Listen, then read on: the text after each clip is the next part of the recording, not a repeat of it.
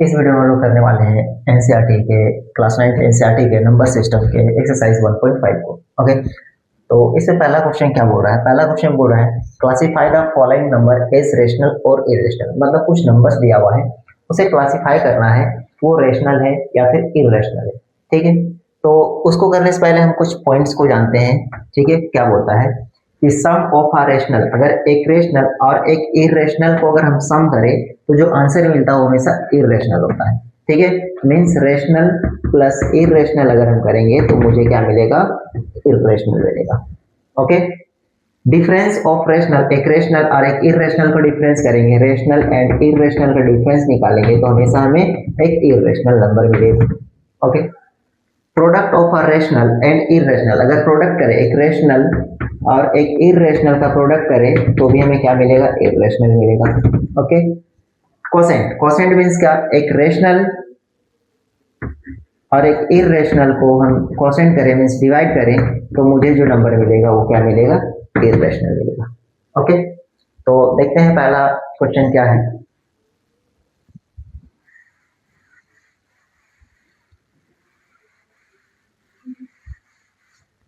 Question number 1 है, पहला है 2 माइनस रूट 3। तो इसे बताना है रेशनल है या इरेशनल है। तो ये तो मेरा इंटीजर है, पॉजिटिव इंटीजर, ये एक रेशनल है, बट ये मेरे पास एक इरेशनल है। तो अभी हम लोग क्या देखें कि डिफरेंस होता है अगर एक रेशनल और इरेशनल का, तो हमेशा क्या मिलता है? इरेशनल। तो ये क्या हो जाएगा? Irrational. Okay, second question, second question है 3 प्लस रूट 23 माइनस रूट 23। तो इसको पहले सॉल्व करते हैं। तो क्या हो जाएगा? ब्रैकेट ओपन करें तो 3 रूट 23 माइनस रूट 23, ये 23 कैंसिल हो जाएगा, प्लस माइनस माइनस कैंसिल हो जाएगा, 0 हो जाएगा, तो बचेगा मेरे पास 3। और 3 क्या है? मेरे पास एक रेशनल नंबर है। ओके, तो 3 एक रेशनल नंबर है। थर्ड नंबर, थर्ड में क्या बोल रहा है? थर्ड क्वेश्चन है 1/√2। तो यहाँ पे डिवीजन है, एक रेशनल और इरेशनल का डिवीजन है, तो ये क्या हो जाएगा? Irrational. Okay, next question 4 number, ये क्वेश्चन 4 था। क्वेश्चन नंबर थर्ड ये √2√7/7√7। ओके, ये तो इसमें डिवाइड है तो ऊपर नीचे √7 कैंसिल हो जाएगा, तो क्या बचेगा? 2/7, और 2/7 ये p/q की फॉर्म में है, तो ये हो जाएगा rational. Okay, last question, question number 5। Question number 5 में क्या है? 2 पाई। तो पाई मेरे पास क्या है? इरेशनल है, और इरेशनल और रेशनल का प्रोडक्ट हमेशा क्या मिलता है? इरेशनल। ओके, ये था क्वेश्चन नंबर फर्स्ट मेरे पास। आगे देखते हैं क्वेश्चन नंबर 2।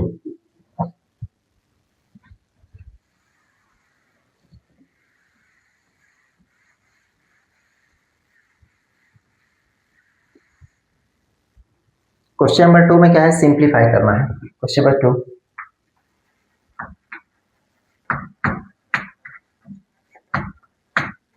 सिंप्लीफाई करना है। ओके, पहला क्वेश्चन है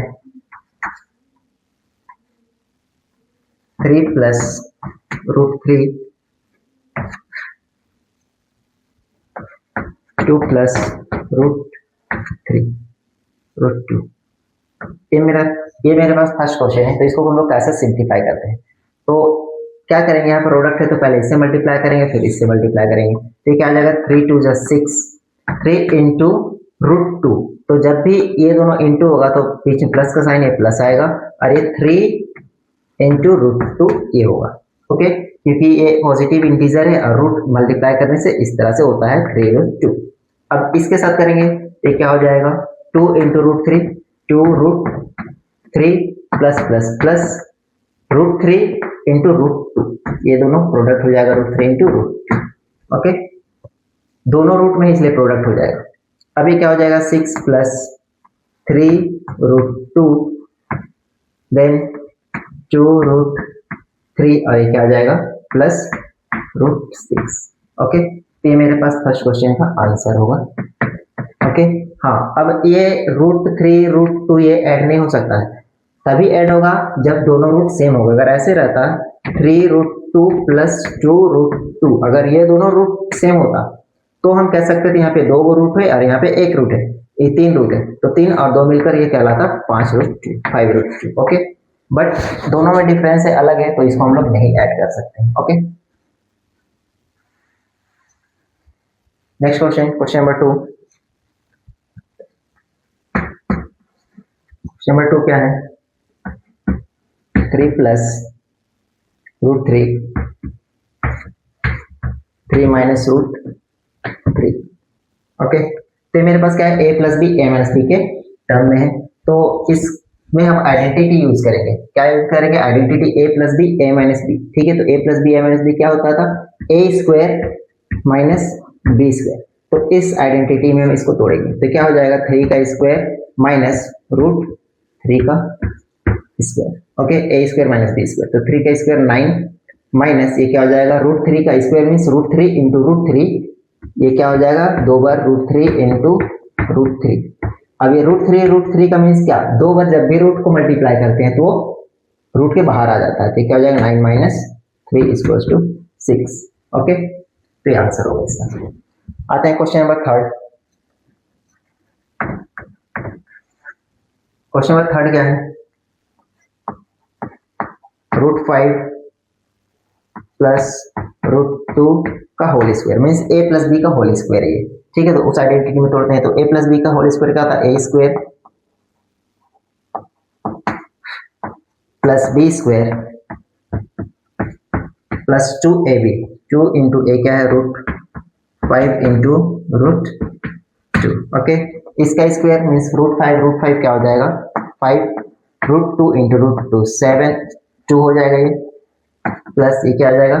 5 × 2 √10 और ये 2 √10। ओके, अब ये दोनों ऐड हो जाएगा, 5 + 2 7 प्लस 2 √10, तो ये मेरे पास आंसर। ओके, आते हैं नेक्स्ट क्वेश्चन।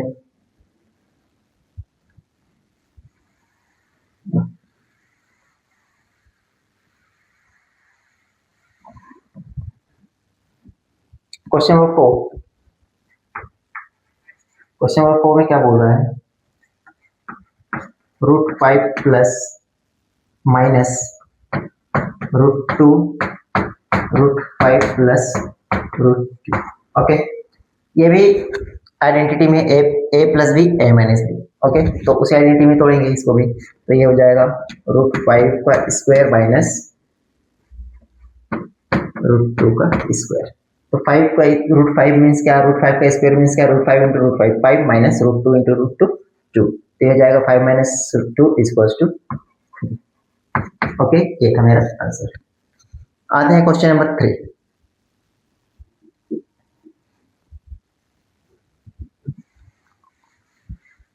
क्वेश्चन नंबर 3 क्या बोल रहा है? ठीक है, recall pi is defined as the ratio of the circumference c of a circle to its diameter say d, that is pi is equals to c/d. This seems to contradict the fact that pi is irrational. How will you resolve this contradiction? तो यहाँ पे question क्या बोला गया है, पहले समझते हैं क्वेश्चन को। यहाँ पे एक सर्कल है सपोज। ओके, मेरे पास एक सर्कल है। अब इस सर्कल में क्या बोला गया है?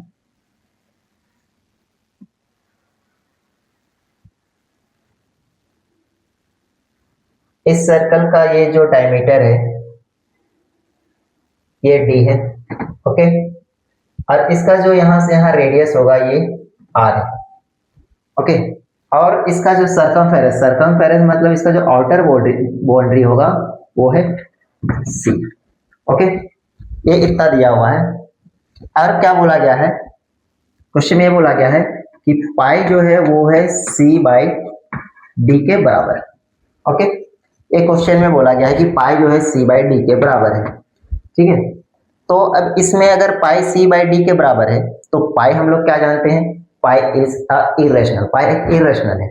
बट यहाँ पे ये c by D means p by Q के फॉर्म में है, ठीक है, तो उसके अकॉर्डिंग तो पाई इरेशनल नहीं होना चाहिए।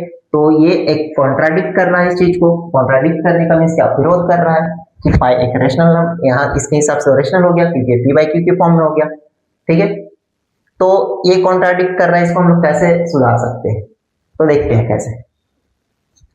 तो हम लोग जानते हैं कि सर्कमफेरेंस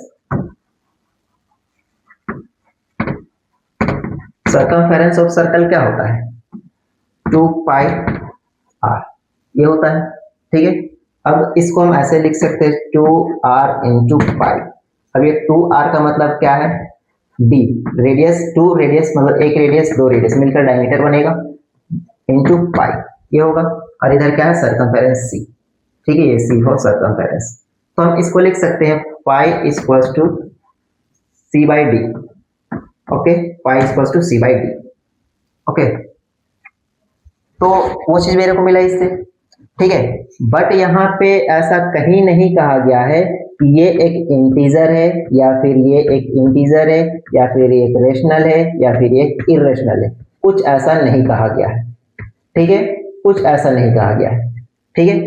तो हम ये नहीं कह सकते हैं कि ये एक रेशनल है, पॉजिटिव इंटीजर है, पॉजिटिव इंटीजर है, ठीक है, तो ये भी मेरा एक क्या आएगा, ये दोनों रेशनल हो जाएगा, तो ये रेशनल हो जाएगा, ऐसा कहीं नहीं कहा गया है, ठीक है। मे बी अगर ये एक इरेशनल नंबर हो, सपोज ये √5 हो, √10 √3 हो, कुछ भी हो, तो ये इरेशनल और ये रेशनल तो मिलकर इरेशनल हो जाएगा, ठीक है, तो उसके अकॉर्डिंग ये सही हो रहा है, ठीक है।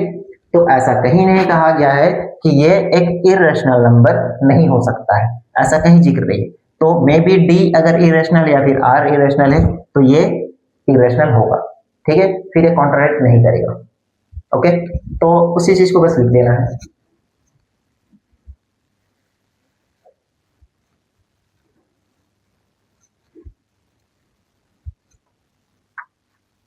there is no contradiction,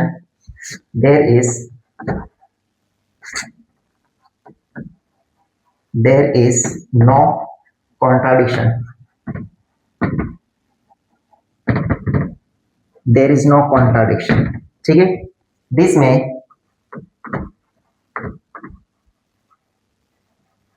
में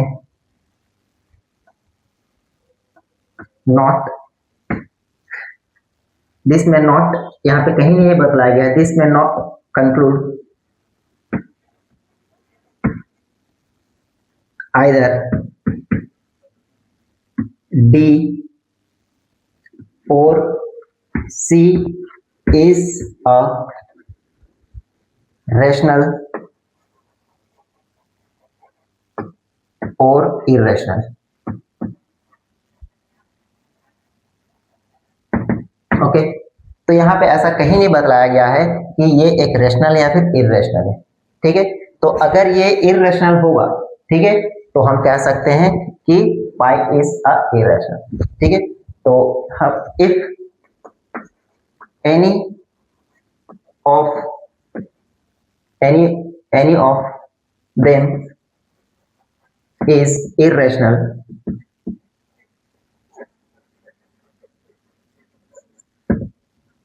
hence pi is irrational,